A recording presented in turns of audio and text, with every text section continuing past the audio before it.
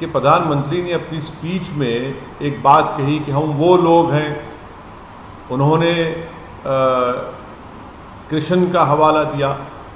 हम प्रधानमंत्री से ये बताना चाहेंगे कि आप उस देश के प्रधानमंत्री हैं जहाँ पर लोग कृष्ण को भी मानते हैं, राम को भी मानते हैं, अल्लाह को भी मानते हैं, बुद्धा को भी मानते हैं, क्राइस्ट को भी मानते हैं, गुरु नानक को भी मानते हैं, और इस देश में ऐसे लोग भी जो इन तमाम को भी नहीं मानते।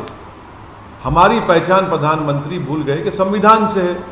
तो प्रधानमंत्री को इस तरह का बयान देकर ये बताना कि मैं सिर्फ एक ही मज़हब की बात करूँगा, एक ही रिलीजन की बात करूँगा, ये गलत है।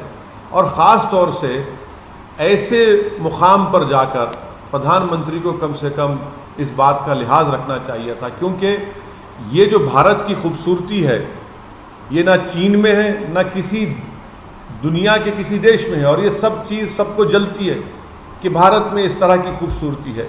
तो मुझे प्रधानमंत्री के अपने भाषण के उस जुमले पर मुझे सख्त एतराज़ है।